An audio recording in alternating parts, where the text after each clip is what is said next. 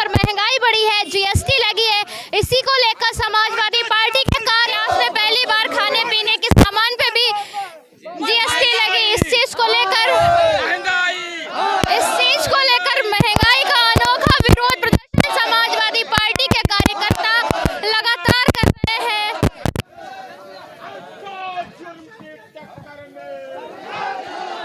आप देख सकते हैं किस तरीके से नारा दे रखे हैं समाजवादी पार्टी के कार्यकर्ता हैं ये लगातार, और महंगाई का विरोध कर रहे हैं। जो सत्ता पक्ष में लगातार सरकार महंगाई पे अंकुश नहीं लगा रही, लगातार महंगाई बढ़ती जा रही है।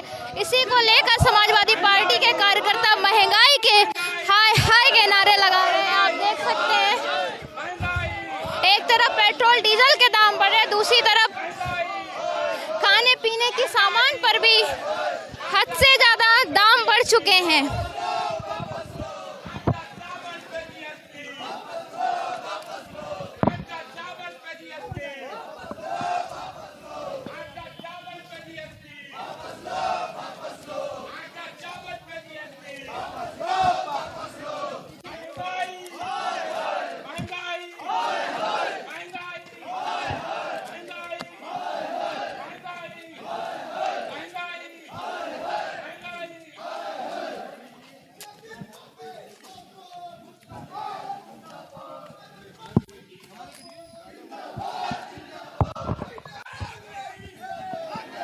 आप देख सकते हैं किस तरीके से समाजवादी पार्टी के कार्यकर्ता लगातार महंगाई को लेकर विरोध प्रदर्शन कर रहे हैं।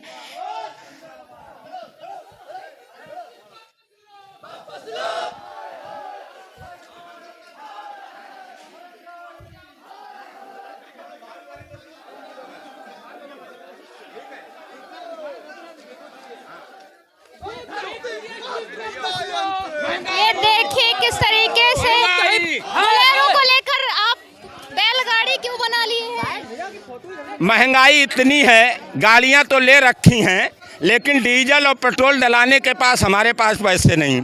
मैं आ रहा था आज ज्ञापन देने, हमें नहीं पता था कि गाड़ी में डीजल है नहीं। वहीं गेट पे डीजल ख़त्म हो गया तो हमने कहा डीएम साहब के यहाँ तो पहुँचना ही है।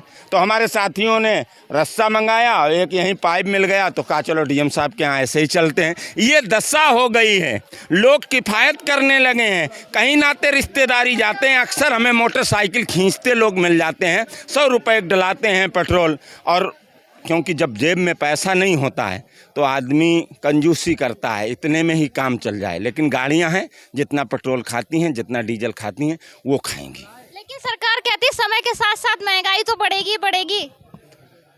यही लोग थे 2014 के पहले, स्मृति ईरानी सिलेंडर लेके बैठ जाती थीं और महंगाई पे बहुत हल्ला मचाते थे।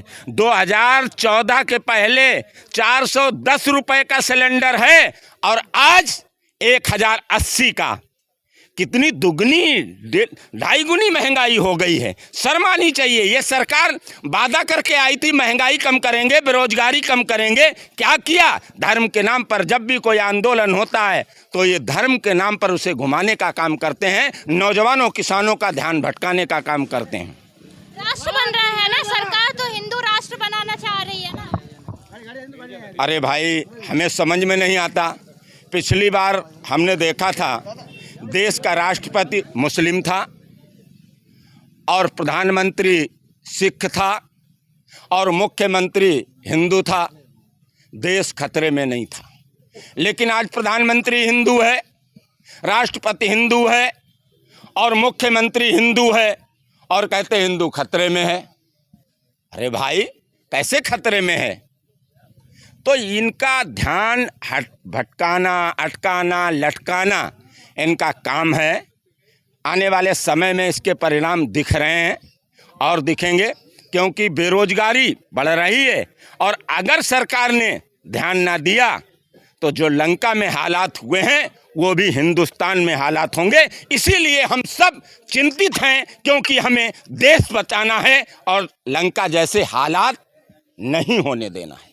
देखिए, हमारे साथ पूर्व ब्लॉक प्रमुख नवाब सिंह यादव थे, जो कह रहे थे कि हम तो डीएम साहब को ज्ञापन देने आ रहे थे, लेकिन रास्ते में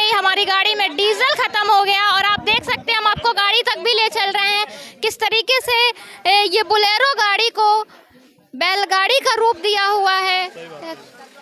ये महंगाई का असर है जो समाजवादी पार्टी के कार्यकर्ता दिखाना चाह रहे हैं कि किस तरीके से डीजल खत्म होने पर वो ऐसे ही धक्के मार के ले जा रहे हैं गाड़ी को।